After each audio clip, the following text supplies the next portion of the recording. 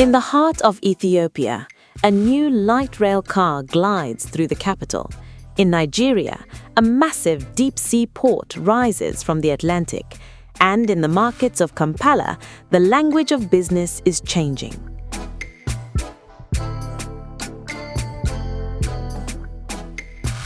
Over the last 2 decades, a quiet but massive migration has reshaped the face of a continent.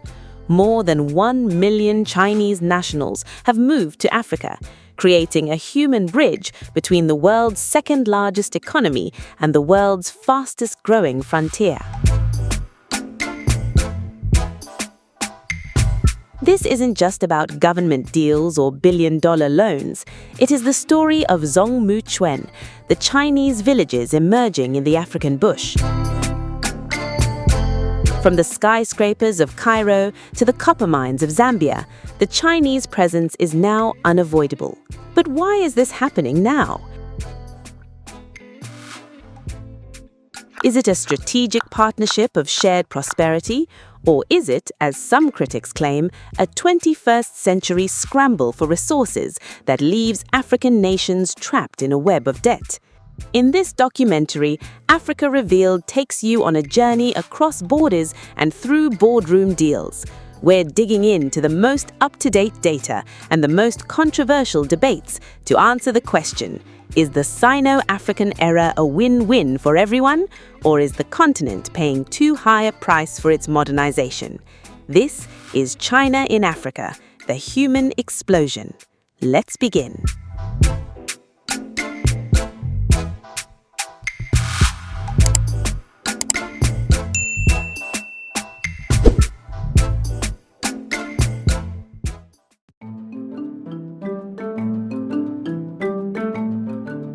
For decades, the story of African development was a story of what if? What if the interior of the continent was connected to its coasts? What if a businessman in Kigali could get his goods to a port in Mombasa without a 2-week delay? While Western powers focused on aid, governance, and incremental projects, Beijing looked at the continent and saw a massive infrastructure deficit. A gap estimated by the African Development Bank at nearly $100 billion a year. China's entry wasn't just a business move, it was a physical transformation. Through the Belt and Road Initiative, or BRI, China exported its own miracle of rapid urbanization to African soil. We aren't talking about small-scale repairs. Since 2000, Chinese firms have built over 10,000 kilometers of railway,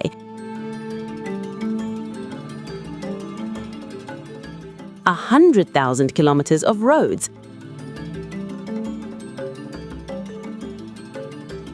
and nearly 100 ports.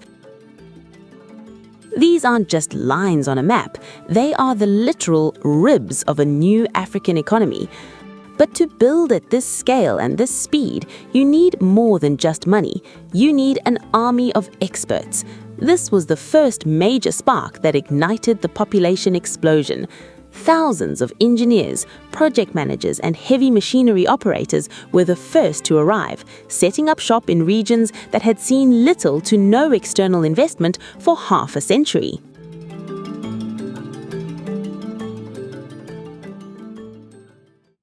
The reason the Chinese population in Africa grew so rapidly during this phase is tied to a specific business model known as the Turnkey project. In this model, a Chinese state-owned enterprise like China Road and Bridge Corporation doesn't just provide the blueprints, they provide everything. They bring the financing from the Exim Bank of China, they bring the equipment, and most importantly, they bring the skilled labor. Critics often ask, why don't they just hire locally from the start? The answer, from the perspective of these firms, is speed. To meet the aggressive 4-year deadlines of projects like Kenya's Standard Gauge Railway, these companies relied on a proven workforce that was already trained in Chinese safety standards and engineering methods. This created the first major clusters of Chinese nationals. These weren't migrants in the traditional sense yet. They were a mobile professional workforce living in self-contained worker camps. But as these temporary camps began to sprout across the continent, from the copper belts of Zambia to the oil fields of Angola, they became the first permanent footprints of a new demographic reality.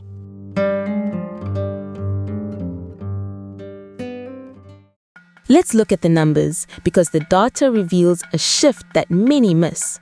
According to the China-Africa Research Initiative, at its peak around 2015, there were over 260,000 Chinese workers officially registered on the continent.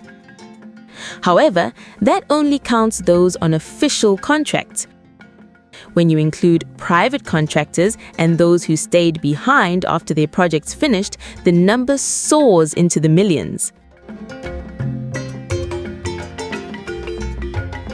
In countries like Algeria, Angola, and Ethiopia, the density of Chinese labor was directly proportional to the volume of infrastructure debt.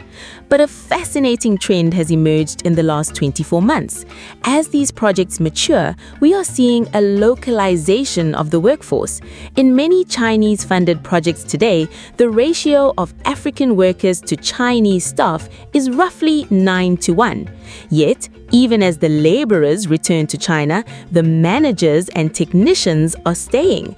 They have become the connective tissue of the local economy. They know the terrain, they have the contacts, and they have realized that the infrastructure they just built has opened up a world of private business opportunities that didn't exist 10 years ago. The infrastructure engine did more than just move heavy cargo. It established the core logistics backbone for an entire ecosystem of private enterprise. Once major transport corridors and inland dry ports were established, they created critical commercial junctions. Following the state-owned infrastructure giants, a second wave of Chinese migrants arrived, not on government assignments, but to build private freight, warehousing, and logistics operations. Consider the operational demands of the African continental free trade area. As regional markets integrate, private Chinese logistics entrepreneurs are establishing container depots, customs clearance agencies, and fleet repair networks along key transport routes. From the inland transit corridors of East Africa to the freight hubs of West Africa, the Chinese population is expanding into vital commercial links. They are operating fleet maintenance yards, staging freight transfer stations, and managing supply chain software that coordinates cargo from coastal terminals to landlocked markets. This shift from constructing transport corridors to managing the cargo moving across them explains why the demographic presence continues to expand. The roads and railways provided the initial access, but the need to move goods efficiently across borders transformed temporary infrastructure workers into long-term commercial operators. Why is this explosion unique to China? Why didn't we see a similar influx from Europe or North America during their investment cycles?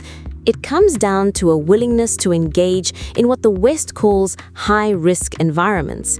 Where others saw political instability or lack of transparency, Chinese firms, backed by the state, saw a blank canvas. This risk-blind approach meant that Chinese nationals were often the only foreigners willing to live and work in remote rural districts. This presence built a level of ground-level knowledge that Western firms can't easily replicate. By the time a Western company considers a project, the Chinese community has already been there for 5 years, speaks the local language, and understands the local supply chain. As we move into the next decade, this infrastructure engine is transitioning into a digital engine, but the foundation remains the same. The millions of Chinese nationals in Africa today are there because their predecessors built the very ground they stand on. This chapter of history is written in asphalt and rail, but the next chapter, as we will see, is being written by the individuals who decided that once the road was finished, they weren't going home.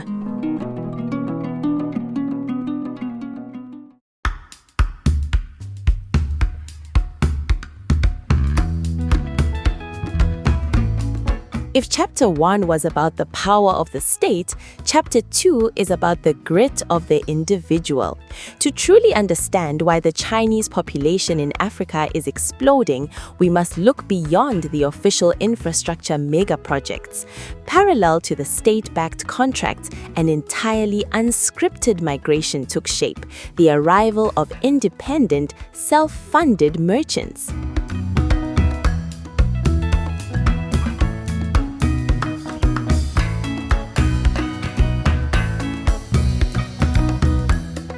In the early 2000s, pioneer traders from commercial hubs like Zhangzhang, Fujian, and Guangdong began landing in commercial capitals like Johannesburg, Nairobi, and Lagos. They weren't engineers or heavy equipment operators dispatched by Beijing, they were small business owners carrying suitcases of wholesale goods. This marks the true origin of the Zhongguancun effect, a term describing the rapid establishment of Chinese commercial hubs in foreign urban centers. These merchants recognized an immense structural imbalance in global trade. While consumer goods in Western markets were heavily marked up, African retail markets were starving for affordable everyday items: clothing, kitchenware, hardware, and small appliances. By establishing direct lines back to wholesale factories in Yiwu and Guangzhou, these independent traders cut out middle-party importers entirely. They didn't see Africa as a temporary job site, they saw an untapped consumer frontier. Moving to local markets, establishing long-term rental leases, and setting up persistent supply chains, this merchant class transformed from short-term visitors into permanent fixtures of local commerce, fundamentally altering the demographic landscape from the ground up.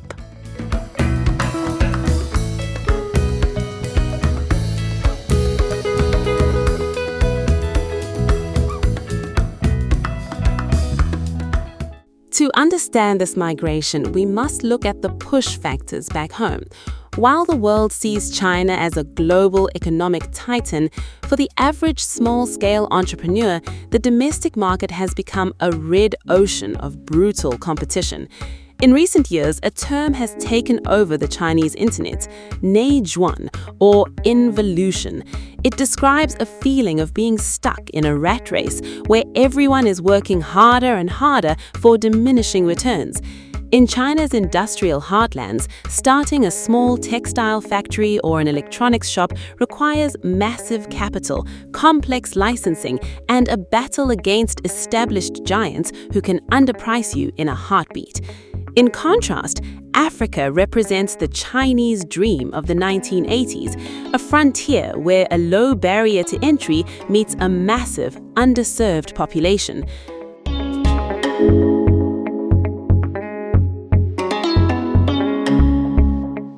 For a middle-aged manager from a provincial Chinese town, Africa isn't a place of risk, it is a place of possibility. Many of these migrants are not the wealthy elites seen in Vancouver or Sydney. They are the working-class ambitious. They are people who feel that the ceiling in China has become too low for their aspirations.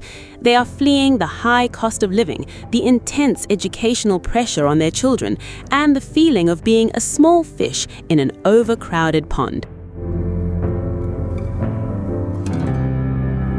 When they land in Lagos, Addis Ababa, or Lusaka, they find that their modest savings can buy land, hire a workforce, and launch a business that would be impossible back home. They aren't moving because Africa is easy, they are moving because it is the only place left where they can truly build something of their own. As these individuals stayed, they didn't remain isolated. They began to congregate, leading to the rise of massive private commercial ecosystems that operate entirely independently of any government treaty. Take, for example, the China City in Johannesburg or the sprawling Dragon City trade hubs. These are not just shopping malls, they are sophisticated logistical engines. They provide a soft landing for new arrivals. Within these hubs, a new migrant can find legal services, Mandarin-speaking accountants, logistics fixers, and wholesale networks. This is the network effect in action. The more Chinese traders there are, the easier it is for the next wave to arrive. A migrant can land on a Monday and be selling wholesale goods by Friday because the infrastructure of migrant support is already there to catch them. They don't need to speak fluent English, Swahili, or Portuguese immediately because the ecosystem provides a bridge. These hubs have become the primary distribution points for affordable goods across Africa. Whether it's a plastic bucket in a rural Zambian village or a smartphone in a Nigerian suburb, there is a high probability it passed through one of these Chinese-run wholesale centers. This self-reinforcing loop is why the population hasn't just increased linearly, it has compounded. Each successful shop owner sends word back to their village in China, and soon an entire family or community follows, creating a chain migration that bypasses official government channels entirely. While major commercial cities capture most headlines, a quieter migration is unfolding across the rural interior. The arrival of Chinese agricultural entrepreneurs and commercial farming operations. Driven by low land costs and high demand for local food production, individual farm managers and agricultural firms are leasing land across nations like Mozambique, Zambia, Madagascar, and Uganda. These migrants are not extracting minerals, they are investing in modern crop cultivation. Bringing commercial-scale farming techniques from provinces like Shandong, these agricultural entrepreneurs are growing staple crops, including high-yield hybrid rice, cassava, and maize, as well as cash crops like sesame and cotton. They introduce drip irrigation, mechanized harvesting, and greenhouse technology to regions that relied on rain-fed subsistence farming for generations. Beyond primary food production, these operations frequently build localized processing facilities, rice mills, oil presses, and cold storage units, creating rural agro-processing hubs. While land lease deals occasionally spark local debates over tenure rights and community access, the day-to-day reality on the ground is an expanding network of rural Chinese managers living in remote farming districts. They train local laborers, supply urban markets, and build supply chains that connect rural heartlands directly to national distribution networks. The final and most permanent stage of this explosion is the shift from migrant to resident. As the years pass, the intention to return to China begins to fade for many. They are putting down roots that go far deeper than a business license. We are now seeing the rise of the Sino-African family. Unlike the transient laborers of the past, these entrepreneurs are learning the local languages, integrating into local business associations, and in many cases, marrying into local families. Their children are being raised in Africa, attending local schools, and growing up with a dual identity. This cultural blending is the ultimate sign of a population that has moved from being foreign to being local. 罗斯，有你的快递。啊，是什么东西啊？我记得这2天没买过东西啊。我也不知道，快递照说是你的，但上面都是英文，我也不懂啊。我跟你说一下学英语，给我看一下。In cities like Nairobi or Dakar, Chinese restaurants are no longer just for expats. They are bustling hubs for the local middle class. This integration creates a level of economic resilience that is hard to shake. Even when political winds change or debt trap headlines dominate the news, the day-to-day reality on the ground is one of interdependence. The Chinese shopkeeper is a neighbor. The Chinese factory owner is an employer. The Chinese farmer is a supplier. According to recent sociological surveys, a growing percentage of Chinese migrants in Africa now consider the continent their primary home. They have invested their life savings, their family's future, and their personal identity into the African soil. This human foundation is what will define the next 50 years of the relationship. It is no longer just a story of China in Africa.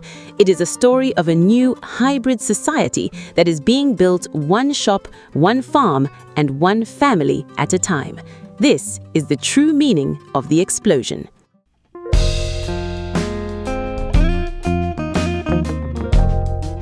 While the first decade of the Chinese explosion was defined by physical infrastructure like roads and railways, the current era is defined by something invisible but equally powerful, the digital Silk Road.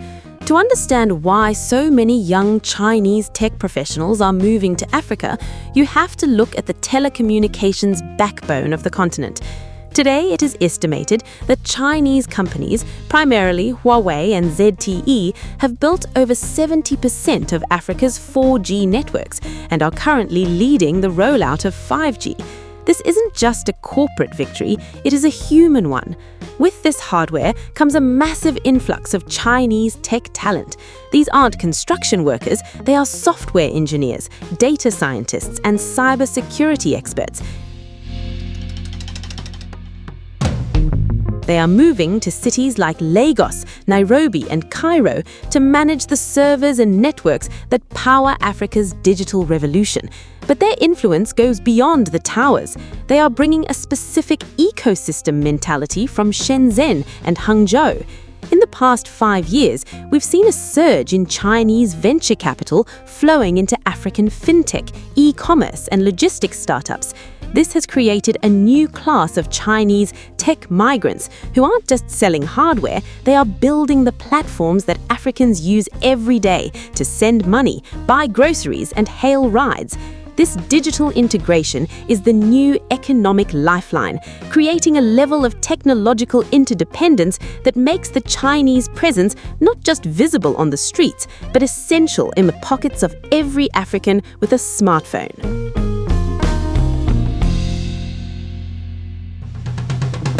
If you walk through any bustling market in Africa, you will see 3 names everywhere: Tecno, Itel, and Infinix.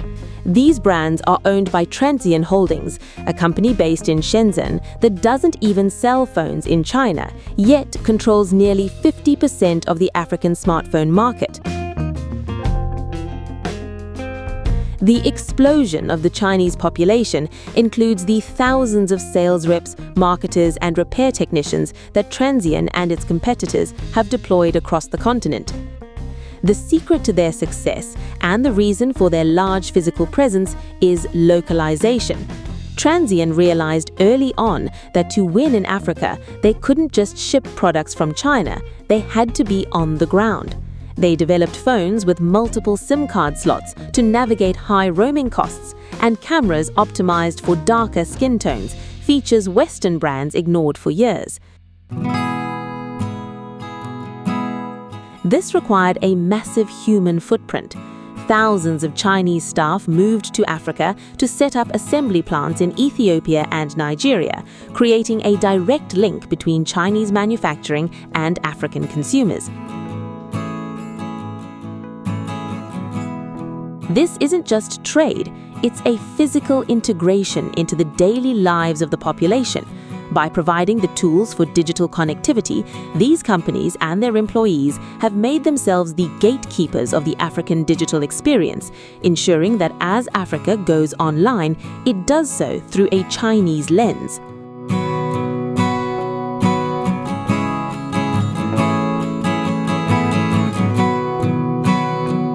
The integration of the two populations is increasingly occurring across digital platforms and fintech infrastructure. While Chinese telecommunications hardware built the physical networks, a new wave of digital entrepreneurs is deploying software platforms tailored to everyday commercial life. Mobile application ecosystems, cross-border payments, and social commerce tools are connecting Chinese suppliers and African consumers in real time. Consider the expansion of live stream shopping and social commerce platforms across major urban centers. Young Chinese tech entrepreneurs are collaborating with local content creators and merchants to host live digital auctions, broadcast wholesale product showcases, and process instant mobile payments. Chinese fintech firms are integrating multi-currency payment gateways that allow small-scale African traders to settle wholesale orders directly with suppliers in Asia using local digital wallets. This software-driven integration bypasses traditional retail channels entirely. By establishing digital payment rails, e-commerce marketplaces, and logistics tracking systems, this tech-focused generation is creating a virtual commercial infrastructure.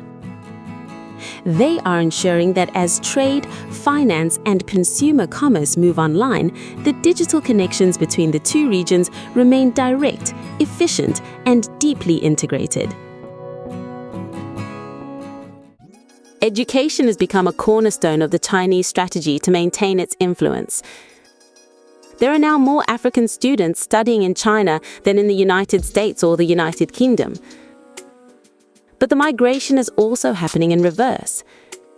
Hundreds of Chinese teachers and vocational instructors are moving to Africa to staff Luban workshops, vocational training centers named after the legendary Chinese inventor.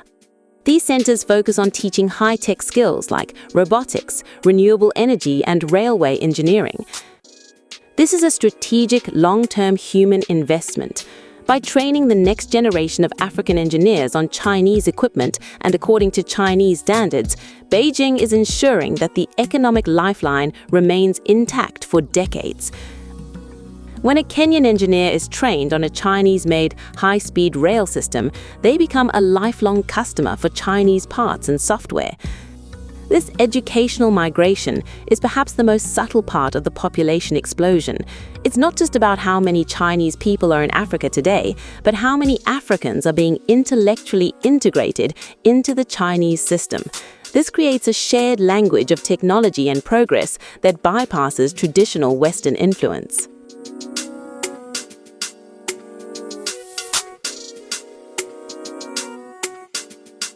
However, this economic lifeline is a double-edged sword. The explosion of the Chinese population in the tech and manufacturing sectors has created a deep level of interdependence that some call a gilded cage. While Chinese tech has brought millions of people into the digital age, it has also raised concerns about data privacy and digital authoritarianism.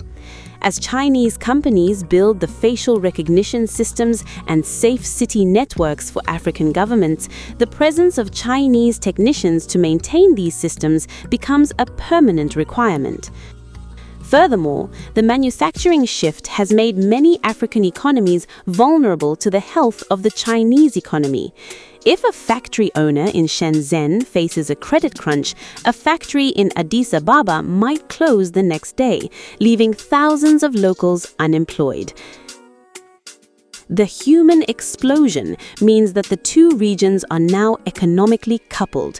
When China sneezes, the African manufacturing sector catches a cold. This chapter shows that the lifeline is real. It has brought jobs, tech, and connectivity, but it has also tied the future of African development directly to the stability and the people of the People's Republic of China. Beyond smartphones and telecommunication towers, the economic lifeline is rapidly expanding into green technology and energy infrastructure. As power grid instability and high electricity costs continue to constrain commercial growth across the continent, Chinese renewable energy firms are stepping in to fill the gap. Over the last 5 years, companies like Jinko Solar, Huawei Fusion Solar, and BYD have transformed from simple equipment exporters into major energy infrastructure partners across Africa. This shift has introduced a new wave of Chinese technical specialists, solar engineers, grid automation managers, and commercial battery storage technicians. They are installing utility-scale solar farms in the deserts of North Africa, building microgrids for off-grid rural communities in East Africa, and equipping commercial factories with industrial battery systems in South Africa. This green technology expansion does more than supply hardware. It integrates Chinese technical standards directly into national energy grids.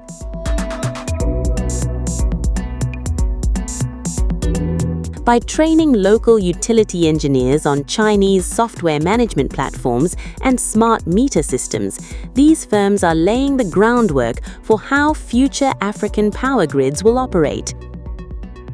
As climate resilience becomes central to national planning, this clean energy migration is reinforcing the strategic bond between the two regions.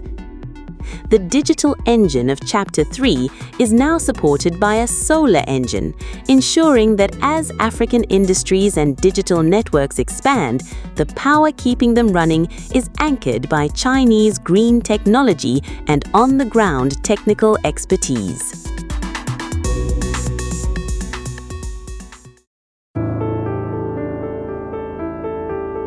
As the Chinese population in Africa has exploded, it has inevitably hit a cultural Great Wall.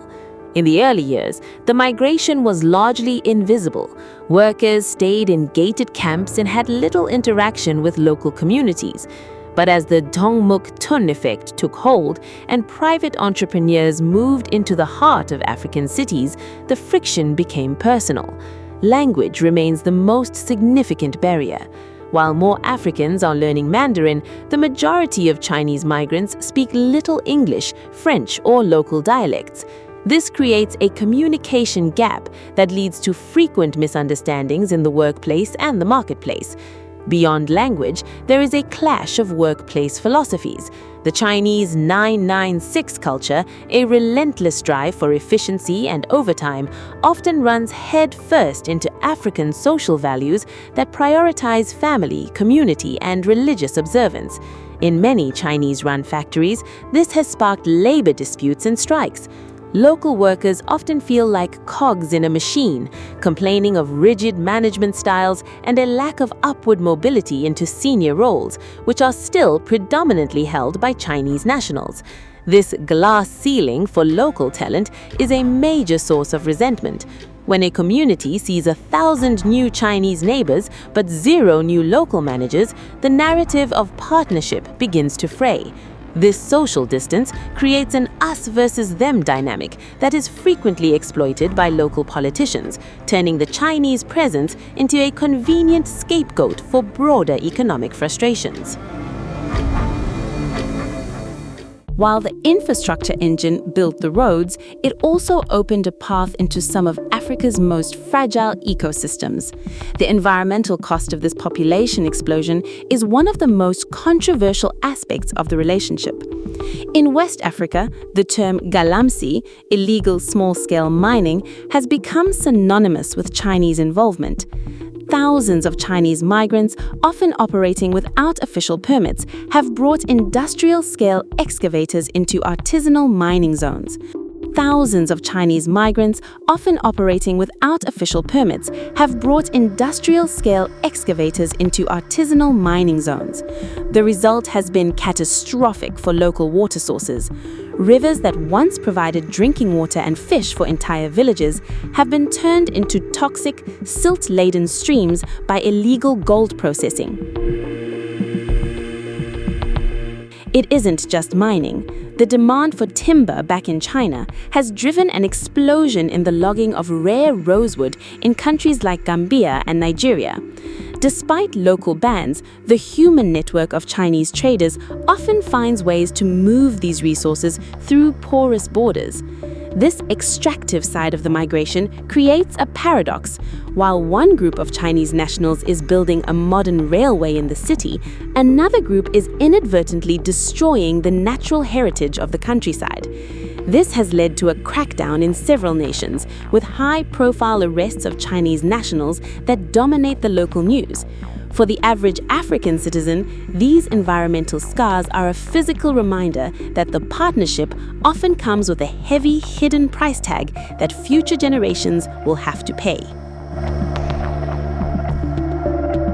Beyond the debate over who gets hired, a significant friction point centers on conditions within the workplace itself. As hundreds of Chinese-managed factories and industrial sites operate across the continent, major disagreements have surfaced regarding occupational safety, working hours, and labor rights enforcement. Local workers and trade union representatives frequently point to sharp differences between domestic labor laws and the operational expectations enforced by factory management. In many industrial zones, disputes arise over mandatory overtime, health and safety gear requirements, and formal contract structures.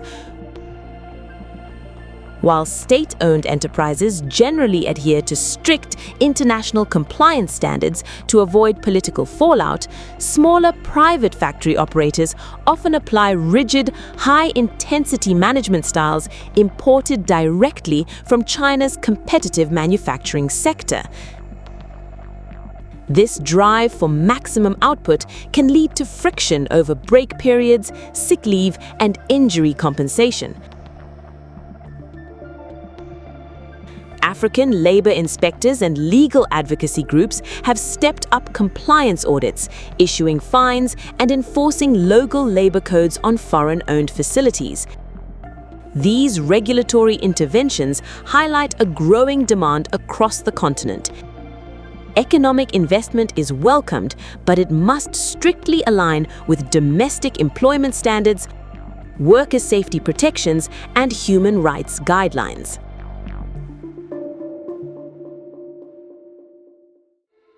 The friction isn't just on construction sites, it's in the local markets. Small-scale African traders are increasingly finding themselves in direct competition with Chinese migrants who have moved from wholesaling to retailing. Because Chinese traders have direct links to factories in Guangxi and Yiwu, they can often sell goods, clothes, electronics, and household items at prices that local traders simply cannot match. In places like Kampala and Dakar, this has led to large-scale protests by local merchant associations.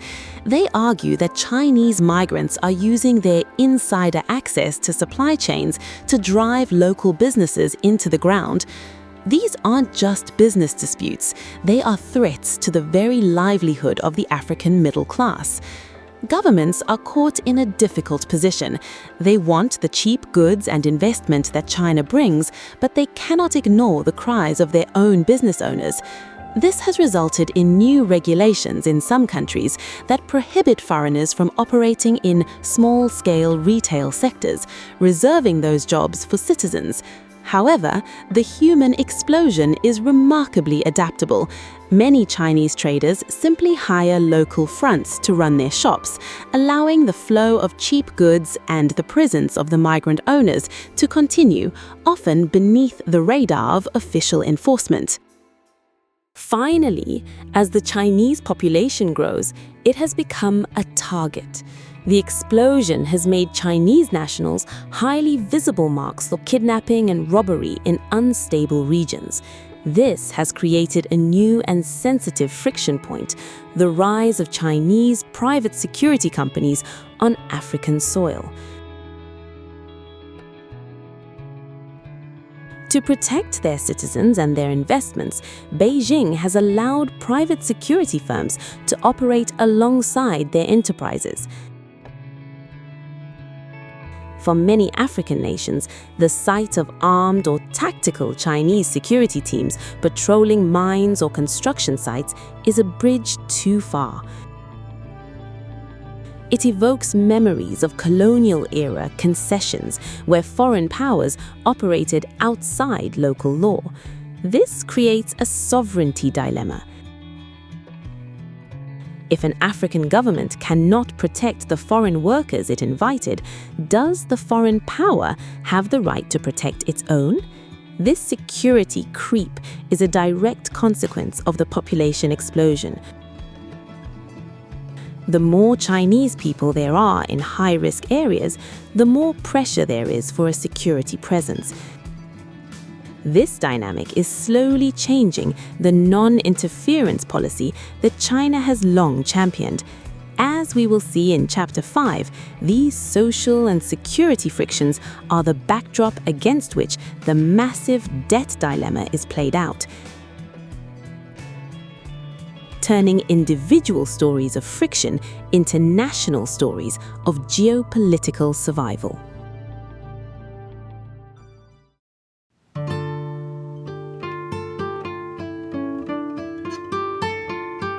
Over the last 2 decades, Chinese lending to African nations has surpassed $170 billion. This massive influx of capital funded the infrastructure engine we discussed earlier, but it also gave birth to one of the most controversial phrases in modern geopolitics: debt trap diplomacy.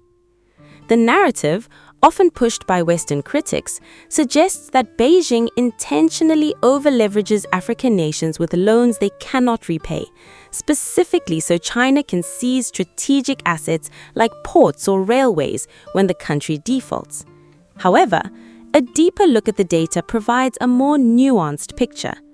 While several African nations like Zambia, Ethiopia, and Angola are indeed facing severe debt distress, the idea of a premeditated trap is hotly debated by economists.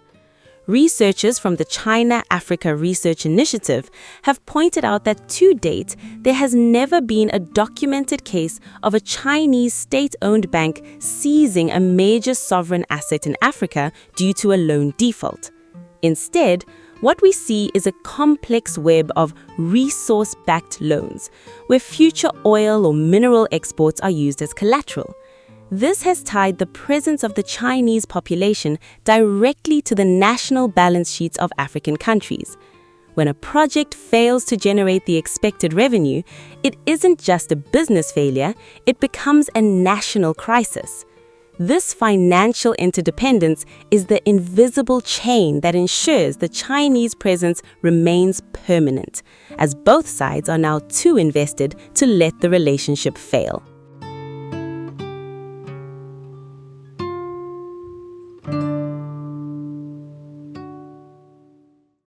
Nowhere is the debt dilemma more visible than in Zambia, the first African nation to default on its sovereign debt during the pandemic era.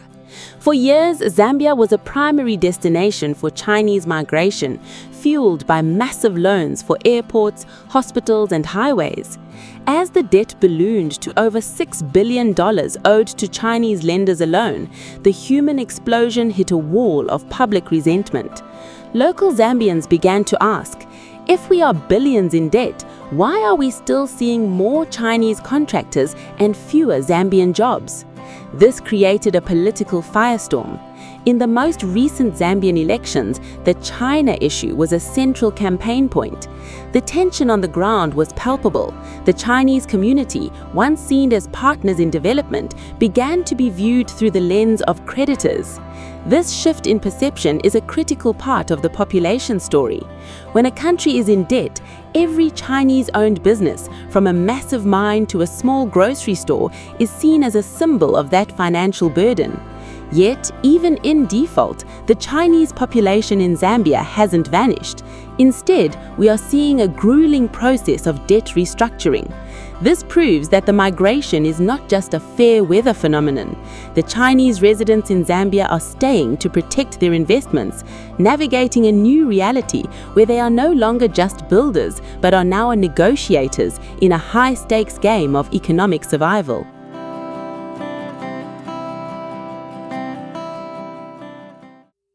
One of the primary drivers of friction regarding Chinese debt, and by extension the Chinese population, is the issue of transparency. Unlike loans from the World Bank or the IMF, Chinese bilateral loans often contain strict non-disclosure clauses.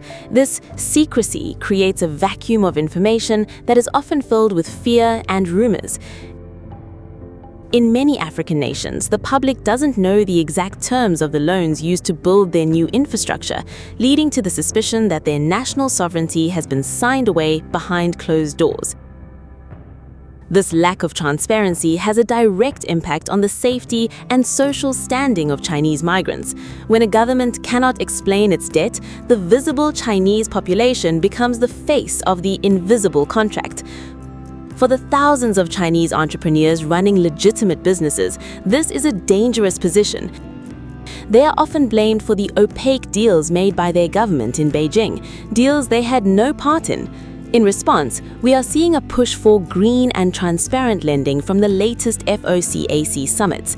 Beijing is beginning to realize that secret debt is a liability for its citizens abroad. As they move toward more standardized international lending practices, the hope is that the human relationship can be decoupled from the financial controversy. But for many African citizens, the damage to trust has already been done.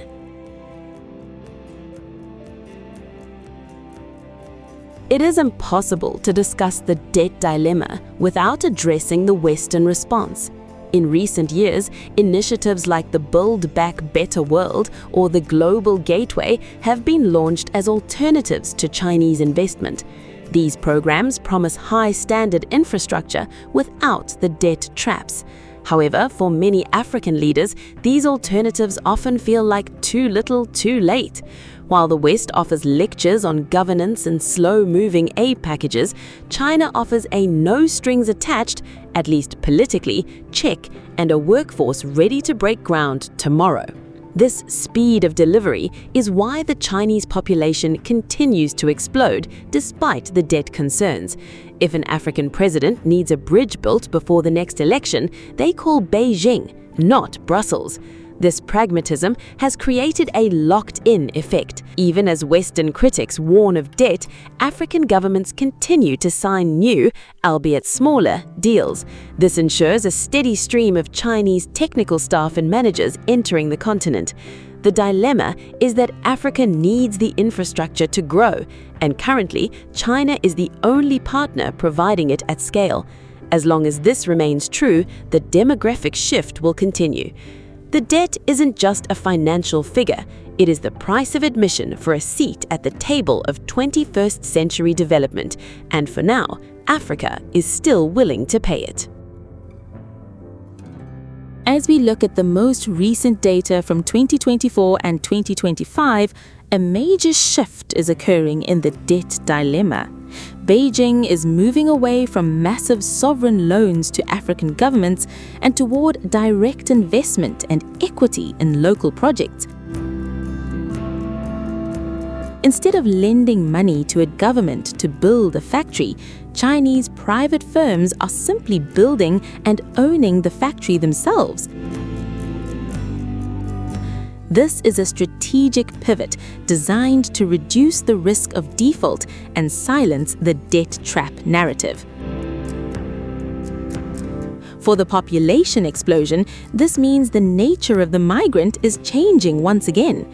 We are moving from state-funded workers to private capital investors. These new arrivals are not just temporary laborers, they are long-term stakeholders. They are taking on the risk themselves rather than putting it on the African taxpayer. This equity-based model is creating a more stable, albeit more deeply integrated Chinese presence. It is a sign that the relationship is maturing. The dilemma of debt is being replaced by the reality of ownership.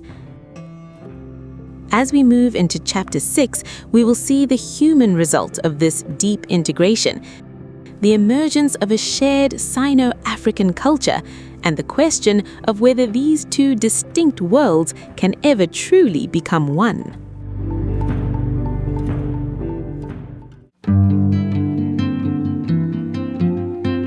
As we enter the final decade of this narrative, we move away from the boardrooms and construction sites and into the living rooms and classrooms.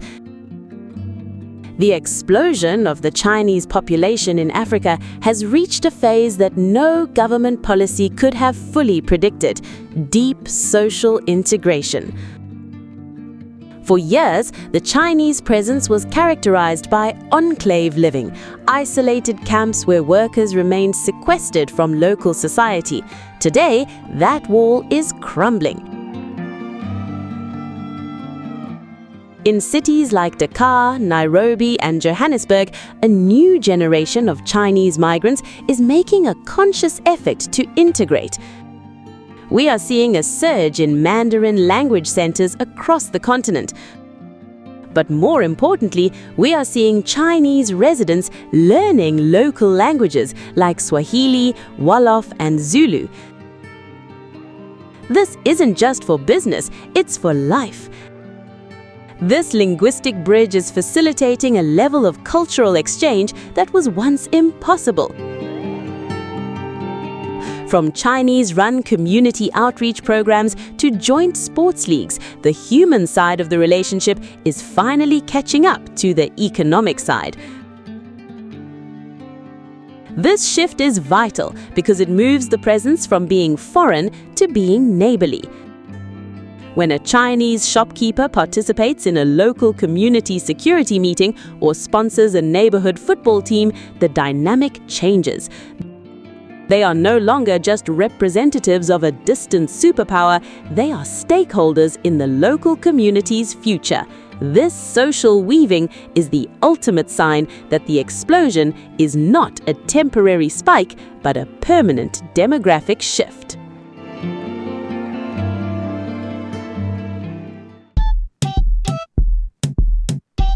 Perhaps the most profound evidence of this integration is the rise of intermarriage and the birth of a new generation of Sino-African children. While exact statistics are difficult to track, the trend is visible in the growing number of dual heritage families in urban hubs. These unions are bridging the gap between two of the world's oldest and most distinct cultures in a way that no trade deal ever could. These families are navigating a complex third space, blending Chinese traditions like the Lunar New Year with local African customs and religious practices. For the children of these unions, identity is fluid. They are growing up bilingual, navigating both worlds with an ease that their parents often struggle to achieve.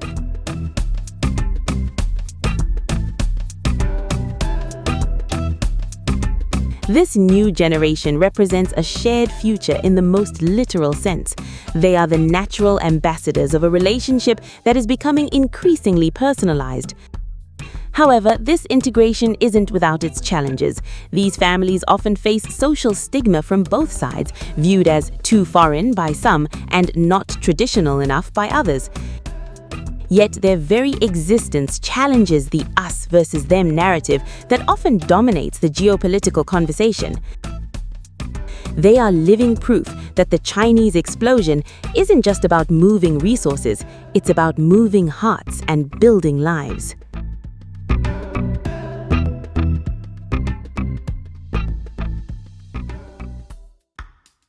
While individual student exchanges draw high visibility, the broader human and institutional connection is built through long-term academic and scientific partnerships. Across the continent, joint research centers and technical institutes are establishing a permanent collaborative bridge between African and Chinese academic systems. Institutions such as the Joint International Research Laboratory of Agriculture and Agrobiotechnology in Kenya demonstrate how academic integration extends far beyond classroom instruction. Chinese scientific academies partner directly with local universities to tackle shared challenges, including climate-resilient crop breeding, satellite mapping, marine science, and public health tracking. These programs do not merely send students abroad, they establish co-funded research facilities, joint lab spaces, and dual degree accreditations on African soil. Chinese professors and senior researchers spend extended academic terms residing in African university towns, co-authoring studies and mentoring graduate researchers alongside local faculty. This ongoing institutional presence builds a shared technical language and standardizes scientific protocols across borders. By embedding technical standards, research methodologies, and collaborative networks directly into higher education systems, this academic exchange creates a lasting framework of technical cooperation that shapes developmental planning long into the future.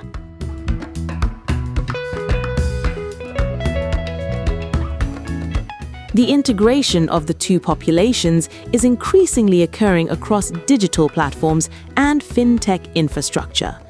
While Chinese telecommunications hardware built the physical networks, a new wave of digital entrepreneurs is deploying software platforms tailored to everyday commercial life. Mobile application ecosystems, cross-border payments, and social commerce tools are connecting Chinese suppliers and African consumers in real time. Consider the expansion of live stream shopping and social commerce platforms across major urban centers. Young Chinese tech entrepreneurs are collaborating with local content creators and merchants to host live digital auctions, broadcast wholesale product showcases, and process instant mobile payments. Chinese fintech firms are integrating multi-currency payment gateways that allow small-scale African traders to settle wholesale orders directly with suppliers in Asia using local digital wallets. This software-driven integration bypasses traditional retail channels entirely. By establishing digital payment rails, e-commerce marketplaces, and logistics tracking systems, this tech-focused generation is creating a virtual commercial infrastructure. They are ensuring that as trade, finance, and consumer commerce move online, the digital connections between the two regions remain direct, efficient, and deeply integrated.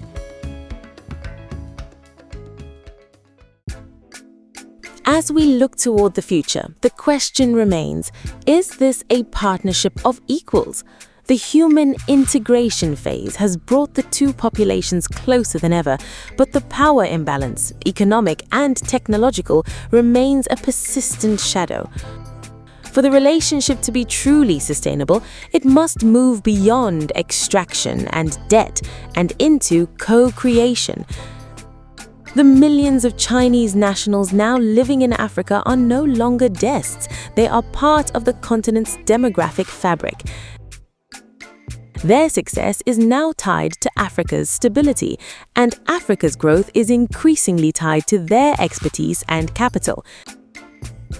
This interdependence is the true shared future. Whether it leads to a new era of global prosperity or a new form of dependency depends on how the friction points of the present are managed.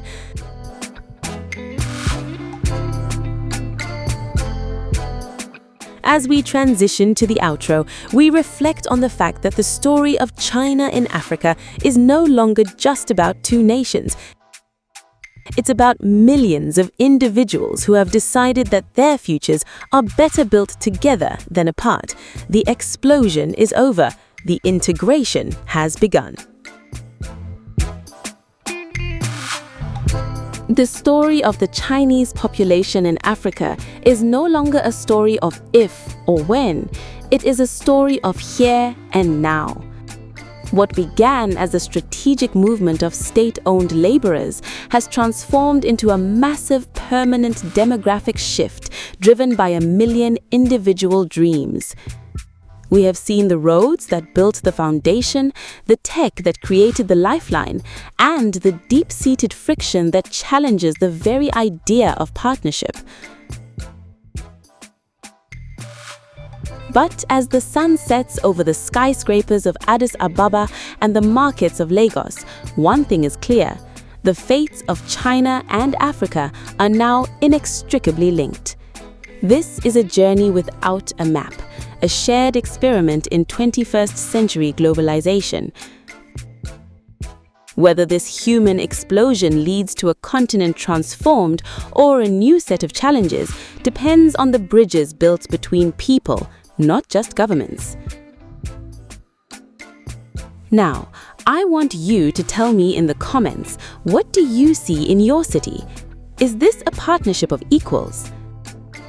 Thanks for watching, and don't forget to subscribe to Africa Revealed if you're new.